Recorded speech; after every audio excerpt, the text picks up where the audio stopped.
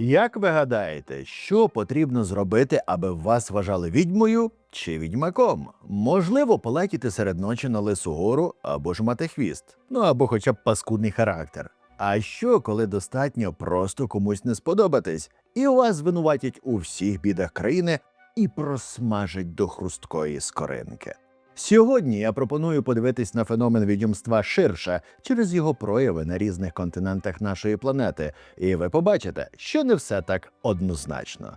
А почнемо ми з частини світу, про яку я вже не раз розповідав на своєму каналі – з Африки. Забігаючи наперед, ситуація з відьмами на цьому континенті настільки роздута, що на сьогодні в Гані існує табір-притулок для відьом – Гамбага Witch Camp. У ньому мешкають переважно вдови та літні жінки, які були вигнані з громад за звинуваченням у відьомстві. І хочу сказати, що їм насправді дуже пощастило. 2010 року в Ганні 72-річна Ама Хеммах була піддана тортурам і спалена на вогнищі, а 2021 року у провінції Південне Ківу засмажили та лінчували ще 8 жінок. Як я життєрадісно про це все розповів. Після почутого у вас мав би статися когнітивний дисонанс, адже в Європі остання така розправа була здійснена у 1782 році. Ну, не зовсім така. Дівчину позбавили макітри, але теж за відьомство. Віра в чаклунство в Африці виражається по-різному, залежно від регіону, релігії та етнічної приналежності. Тому ось вам трохи історичного та геополітичного тла. Африка – це другий за розміром континент планети, на якому налічується 55 держав. Усі вони об'єднані в Африканський Союз, організацію, створену 2002 року для зміцнення внутрішньої співпраці між країнами. Умовно континент поділяють на 5 основних регіонів. Північна Африка з домінуванням арабської культури й ісламу. Це Єгипет, Алжир, Марокко, тобто ті місця, де ви найчастіше можете почути прохальне або наполегливе «Ван Доляр». Західна Африка – батьківщина численних стародавніх імперій, таких як Малі та Сонгай.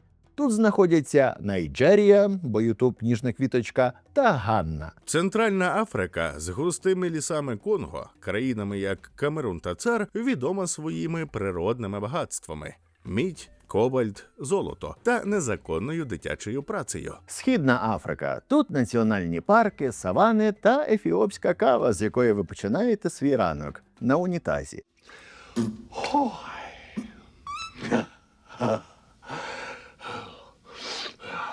Південна Африка має образ білого капіталізму зі спадщиною апартеїду, расистською системою, яка офіційно не дозволяла чорношкірим мати ті ж права, що й білі. Тут найбільш розвинена інфраструктура та найбільший розрив між бідним та багатим населенням. Для довідки. Звідси родом Ілон Маск та Шарліз Терон. Релігійно Африка теж поділена на частини. 43% християни, найбільше на півдні, у центрі та в частині Сходу. 42% мусульмани, сконцентровані на півночі й заході. Та 15% прихильники традиційних африканських релігій, які вірять в магію, духів, силу предків і чаклунство. Вони найкраще збереглися на острові Мадагаскар, а також в тропічній Африці. Але мені більше до вподоби альтернатива цієї назви – Чорна Африка. І в основному мова піде саме про неї. Тож перейдемо ближче до теми відьомства. Віру, в яке поділяє до 80% всіх африканців. Причому це люди з різних верств населення, різного рівня освіти та релігійних конфесій. Ба більше, навіть африканські науковці, політики та громадські діячі, які здобули освіту в західних університетах, все одно відкрито чи приховано продовжують вірити в чаклунство. Зазвичай наслідки цієї віри шкодять саме бідним і знедоленим, адже вважається, що ті можуть наврочити так званим чорним оком, забагато чорного в цьому відео, або завдати шкоди магією через заздрощі. Хоча є і інша сторона медалі. Якщо ти виїхав з рідного села і почав гарно заробляти, в гості до матусі тобі краще не навідуватись. Наприклад, в племені Герамі заможні фермери приймали іслам лише для того, щоб уникнути звинувачень у чаклунстві через їхнє нове багатство та власність. Це вам не курси духовності продавати. Для традиційних африканських суспільств, таких як плем'я Гірамі, народ Бамум у Камеруні або Ібібіо у східній Найджерії, пам'ятайте, ютуб ніжна квіточка, характерне уникнення індивідуального накопичення багатства, соціального зростання та самореалізації. А тих, хто не підтримує традиційні звичаї, як думаєте, що?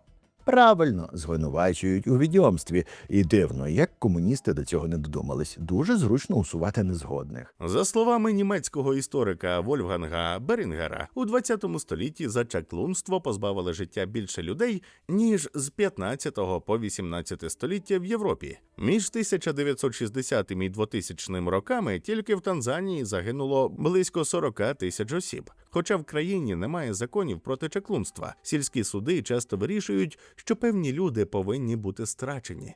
I killed up to 110 people who was identified to be in Winch. То хто така відьма на думку африканців і чим вона загрожує? Перша ознака – ти не такий, як всі. Наприклад, маєш альбінізм, вроджену ваду, ну або ж занадто успішний. Ознака друга – ти байстрюк. У Демократичній Республіці Конго в чаклунстві нерідко звинувачують дітей, які були зачаті поза шлюбом. Їх позбавляють їжі, б'ють, перетворюють на людей з інвалідністю і влаштовують з них барбекю. Такі випадки були зафіксовані навіть всередині 1990-х років, коли в країні, яка зіткнулася з голодом, бідністю і наслідками війни, почали набувати популярності релігійні секти. До речі, про вірування та традиції автохтонних африканських релігій, які налічують безліч варіацій від культу предків до вуду-шаманізму, я можу зробити окреме відео. І якщо бажаєте таке подивитись, напишіть про це в коментарях. Ознака третя. Ти жінка. І хоч чоловіки теж стають об'єктами звинувачень у чаклунстві, панянки все ж увійшли в топ. Занадто розумна і успішна – відьма. Виник конфлікт з колегою-чоловіком на роботі – відьма. У твого колишнього виявили снід – відьма. Служителі харизматичних церков Конго наполягають на тому, що причиною жіночого безпліддя, поширення ВІЛ та СНІДу, раптових смертей, неврожаю та інших соціальних проблем є чаклунство. Віра у відьом в Африці легітимізує гноблення та насилля над будь-ким і за будь-що. Магію, а точніше звинувачення в ній використовують в боротьбі за владу, для помсти або придушення незгодних. Так, страта 8 жінок у раніше згаданій провінції Південне Ківу в Конго, яка роками перебувала під владою збройних угруповувань, відбулась через нездатність уряду взяти процеси на сході країни під контроль. Цікаво, що ці страти були спровоковані баджаказі, псевдопроповідниками і самопроголошеними екстрасенсами. Як правило, до числа таких служителів відносяться жительки Конго старше 60 років. Так, саме жінки, які стверджують, що здатні виявляти відьом. А кажуть, фемінізму в Африці немає. Після того, як Баджаказі вказує на ймовірну відьму, за нею починають полювання та влаштовують незаконний суд.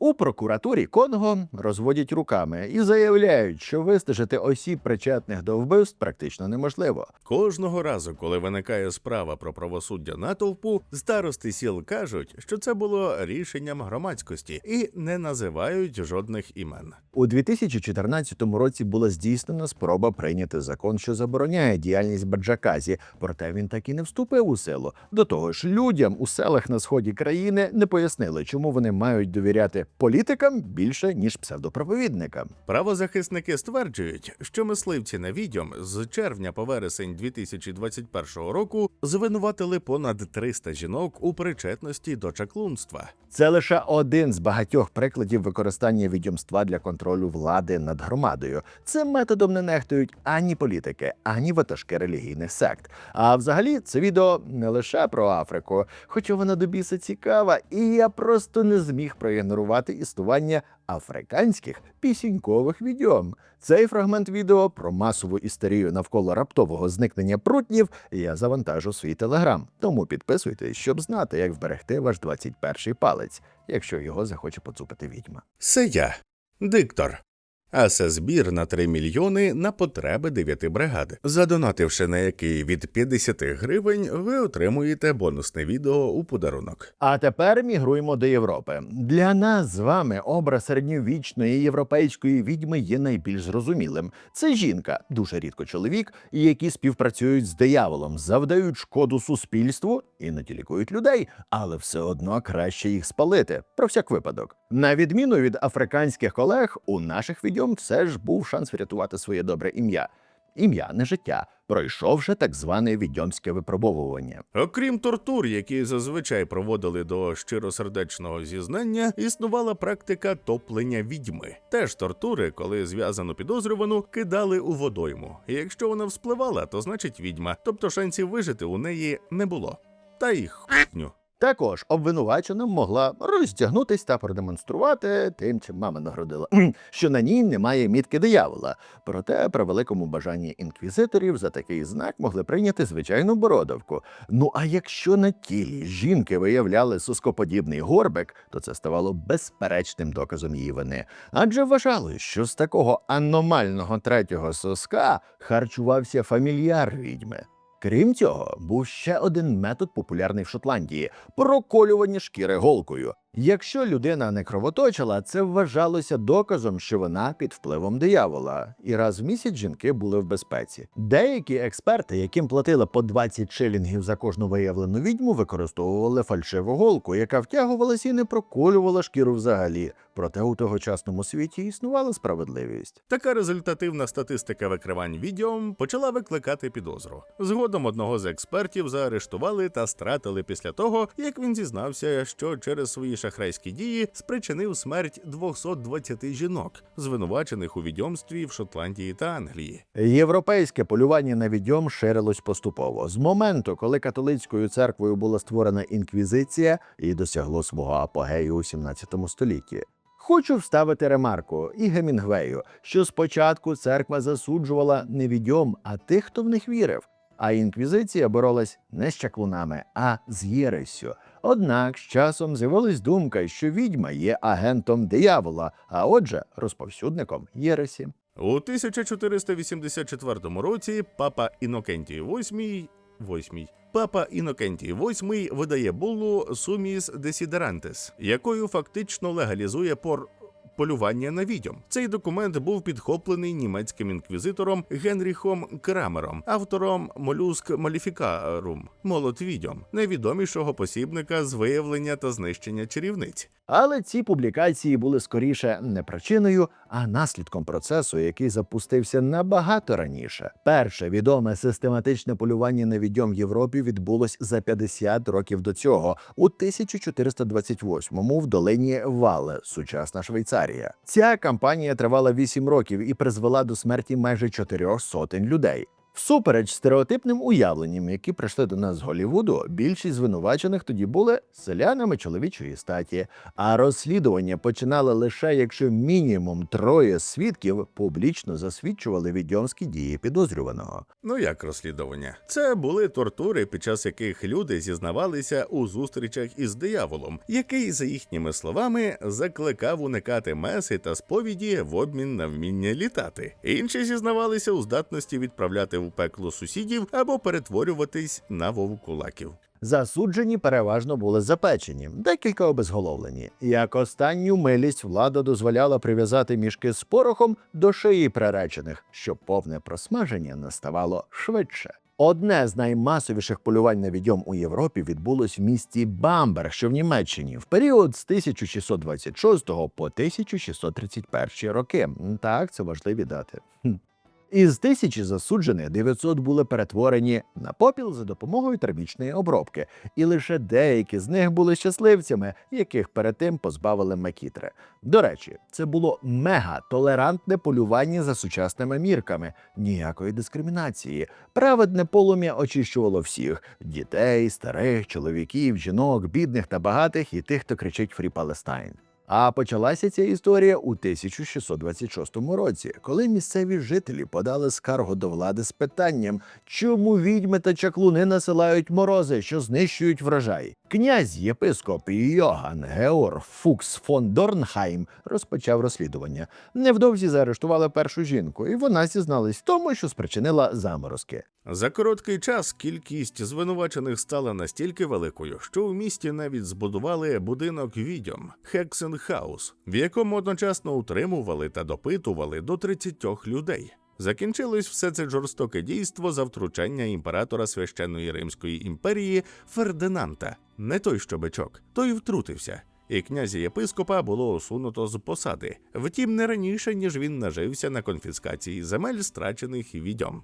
А я не знаю, де наголос, відьом чи відьом, а гуглити мені впадло, так що терпіть. Існує кілька теорій про те, чому полювання на відьом в Європі взагалі сталося. Перша – релігійна, а саме боротьба католицизму і протестантизму за домінування над грошима чи душами електорату. Згодом ця боротьба переросте в 30-річну війну, одну з найкривавіших в Європі. Але це вже зовсім інша історія. Друга теорія – кліматична. Мале льодовикове похолодання, яке спричинило масову втрату врожаїв і худоби, і як наслідок хвороби. І як наслідок хвороби і голод. В той час злидні та відчай змушували людей шукати пояснення своєму горю, і цим поясненням стали відьми. Крім того, полювання на чаклунок дали нові робочі місця мисливцям, катам та нечесним чинушам, які всюди вбачали для себе фінансову вигоду. Після врегулювання політично-релігійних конфліктів та підйому врожайності кабачків відьомська істерія пішла на спад. Інтелектуальні фактори також допомогли покласти край полюванням на відьом. Епоха просвітництва спонукала людей до більш раціонального підходу і відмови від забобонів. Хоча свята Галичина з вами не погодиться. Досягнення науки пояснювали, що бородавки і родимі плями – це нормальна частина людської фізіології. А якщо зв'язану людину кинути у воду, то вона не випливе. Хіба що це Гудіні. Тож, на щастя, багато європейських країн почали ухвалювати закони, які скасовували полювання на відьом. Але сьогодні ми заряджаємо свічки в інстаграм-блогерів. Бо давайте повернемось до вірувань середньовіччя. Цікавинка. У Європі улюбленим методом страти було спалення. У той час, як в Англії та Північній Америці – повішення. До речі, про Америку. Корінні народи обох Америк мали власні уявлення про магію та чаклунство. В цій частині я розгляну доколоніальний період, адже потім прийшли конкістадори з християнством і спопсили весь континент. Племена на території США та Канади, такі як Навахо, Черокі, Зуні та Хопі, вірили, що хвороба – це покарання від чаклуна за егоїстичність і жадібність. А щоб знешкодити силу злого мага, його радили позбавити горішків. Звідси ж родом і скінвокери – люди, які могли перетворюватись на тварин, часто на койотів або вовків. Щоб стати таким чаклуном, необхідно було подивитись моє відео про Америку до приходу білих. Там я ширше розповідаю і про політично-соціальний устрій життя корінних американців, і про їхніх міфічних істот. Посилання я залишу в описі. Арктичні народи, такі як юпіки та інуїти, їх ще називають ескімоси, вірили, що все живе і неживе на цьому світі має свій дух, а задача контактувати з цими духами була покладена на шамана, або ж, як казали місцеві, ангакока. Шаман був центральною постаттю в громаді. Він лікував хвороби, передбачав погоду та знаходив тварин для полювання. Поруч з цим існувала віра і в злих чаклунів, які навмисно використовували силу духів для завдання шкоди. Їх боялися і вважали причиною хвороб, нещасть або ж смерті. Але очищення від чаклунства відбувалось дуже невинно через сповіді, обряди і дуже рідко через вигнання підозрюваного. Народи Центральної Америки практикували магію як невід'ємну частину свого повсякденного життя. Це було не маргінальне явище, як у середньовічній Європі, а навпаки, системно організоване з ієрархією і правилами. Наприклад, ацтеки вірили в складну багаторівневу будову світу, де існували 13 небес і 9 підземель. Людські жертви, ритуали з кров'ю та серцем були необхідними елементами для підтримки гармонії у всесвіті. Навіть для того, щоб сонце світило, потрібно було приносити жертву. Пісня медового полину сонечко набрала іншого значення. Ці народи вважали, що будь-яка сила могла бути одночасно доброю і лихою, в залежності від того, як і хто її використовує. Тож не дивно, що окрім поважних шаманів, у мезоамериканських народів були й такі, як Тлауель-Путчі. Це магічне чудо вміло перетворюватись на птаха, здебільшого на грифа, і смоктало кров у немовлят. Зазвичай цим створінням була жінка, яка народилась внаслідок прокляття і ніяк не могла уникнути своєї долі. Починаючи з періоду статевої зрілості, їй необхідно було хоча б раз на місяць живитися кров'ю, і якщо не вдасться, вона вмирає. А більше про мексиканську нечисть ви можете дізнатись у цьому відео. Посилання буде Правильно, в описі під відео. У амазонських племен Південної Америки, як от Яномамі, Шепібо та Кечуа, був інший прикол. Чарівництво використовувалося як механізм війни між селами. Коли хтось з громади хворів, в цьому звинувачували чаклунів з сусіднього села, як на Галичині. Тоді місцевий знахар Курандеро стяпав аяуаску, про яку я розповідав вам у відео про те, як кайфували наші предки, входив в транс та домовлявся про зцілення з духами. А що ж робити з кривдниками? На відміну від Європи, страти чаклунів були рідкістю, але все ж траплялися. Наприклад, у Навахо могли таємно вбити чаклуна, не розкриваючи особу кіллера. А в деяких мезоамериканських культурах чаклуна могли спалити, якщо він був звинувачений у смерті дітей або неврожаї. А тепер ставте вподобайку і підписуйтесь, адже ваша активність важлива для мене та існування каналу. Окреме дякую усім, хто підтримує мою працю фінансово. І, до речі, це сталося. Блага вість! Готове, нове, звабливе, запальне, провокативне і пікантне відео, у якому я розповідаю про хтивий зв'язок між демонами та відьмами з таким відеорядом, що ви вімкнете його не раз. Кожен, хто задонатить від 100 гривень в банку за цим QR-кодом або посиланням в описі, отримає це відео в подарунок. І не пожалкує. А тепер до теми. Зараз ти відчуєш справжній кайф. Азія – це мозаїка культур і релігій, де кожна країна вирізняється своєю міфологією та уявленням про надприродне. Від шаманів Сибіру до йогів Гімалаїв, від демонів японського фольклору до заклинань з індійських вед. Магія в Азії є невід'ємною частиною життя кожного. Про японський фольклор я вже розповідав, а от про Індію – не люблю я тої країни, але най вже буде.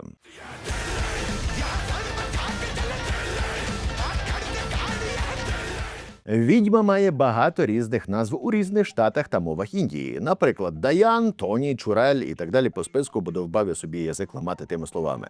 Вважається, що даяни мають магічні здібності і здатні контролювати людей та тварин. Зокрема, використовувати чорних котів, тритонів та змій в ритуалах. З менш живого – це рослини, волосся, шматки тканини, нігті, та й слина теж згодиться, щоб накладати закляття і займатися руйнівною магією. Відьмам часто приписують чари. Сука. Відьмам часто приписують чари, які можуть зцілювати людей від хвороб, наприклад, настоянками з попелу померлих, але водночас вони здатні завдати шкоди. Тож пам'ятайте, надмірне вживання настоянки з попелу померлих шкодить вашому здоров'ю, так само, як і лікування за рілсами з інстаграму. Якщо ви підозрюєте, що вам накапустила відьма, ви можете звернутись до Оджа, Бхагад, Пхуні або Гуні. Ні, не того. Це цілителі, які здатні розпізнати відьму та зняти її прокльони. Вважається, що Оджа говорить з духами у вісні та отримує від них таємні координати місць, де лежить чергова закладка з магічними травами. І з козою їбеться. Крім добрих та злих чаклунів, в індійських віруваннях існує ще й такий феномен, як опікуни чи провідники, яких називають тантрік або баба чи баба. Так, мова про тантричну йогу. Вони стверджують, що здатні вирішувати проблеми у шлюбі, а також проблеми зі здоров'ям або фінансами, і щось мені це дуже нагадує. Ці тобто проповідники, стверджують, що будь-яка людина може здобути магічні сили, якщо відповідним чином направить свою сексуальну енергію. Разом з тим, відомий індійський йог-містик Садхгуру спростовує сексуальний підтекст тантри. На жаль, у західних країнах тантра асоціюється із сексуальною розбещеністю. Це тому, що книги про тантру писали люди, які просто хотіли заробити грошей. Вони не є тантриками. І справді, якщо зануритись у це питання глибше, тантра-йога акцентує увагу на пробудженні кундаліні, внутрішньої енергії, що за уявленням практиків спить у нижньому енергетичному центрі або ж чакрі біля основи хребта. Її завдання – провести цю енергію через усі чакри до маківки голови, ну і, звісно, зачепити сексуальну чакру. Статевий акт при цьому не передбачений, або ж не в буквальному сенсі. Навпроти, гуру стверджують, що якщо вже хтось іде на справжній інтим, накопичення енергії та мета самої практики втрачаються. Проте не всі тантрики доброчесні. Як приклад, ось кейс одного чаклуна з численних індійських сіл. Баба Рама Сінгх, практик чорної магії, використовує дуже грубу форму чаклунства. Своїх кривдників маг не прощає та карає хворобою або навіть смертю. Для ритуалів баба використовує наркотики й алкоголь, тобто ходить на рейви. А ще у нього є 3 учениці. Всі ці дівчата з бідних родин та вважають чаклунство інструментом самозахисту, а вібратор – інструментом самозадоволення. Один з улюблених ритуалів баба Чабаба разом з ученицями проводить на кладовищі. Там вони викликають дух Даян, яка начебто вселяється в них, наділяючи силами. Щоб підсилити ефект, вони мають принести найстрашнішу жертву. Ні, не криваву. Вони мають покохатися на цвинтарі. Коли чоловіче і жіноче з'єднуються, народжується божественна сила. Коротше, чувак відривався по повній, і можете написати в коментарях, що я йому просто заздрю. Да, я йому заздрю, я теж хочу кексу на цвинтарі. Взагалі, маги і чаклуни мають довгу історію в індуїзмі. Одна з 4 збірок сакральних текстів Адхарва Веда містить мантри, що використовуються для магії, забезпечення довголіття, прихильності богів, уникнення нещасть, прощення провин та здобуття влади. А в нас для прощення провин є прощальна неділя. З цікавенького є такі: вигнання демонів і чаклунів, приваблення чоловіка, дружини або ж здобуття успіху в азартних іграх. Адхарва Веда – священний текст індуїзму, який описує практику цілительства та часто згадує використання амулетів. Наприклад, обереги з рису могли дарувати довге життя чи сильну потенцію, а щоб захиститися від одержимості, слід було носити тріски з 10 священних дерев. І хоч індійське чаклунство може здаватись шарлатанством, все ж полювання на відьом там реальні і жорстокі.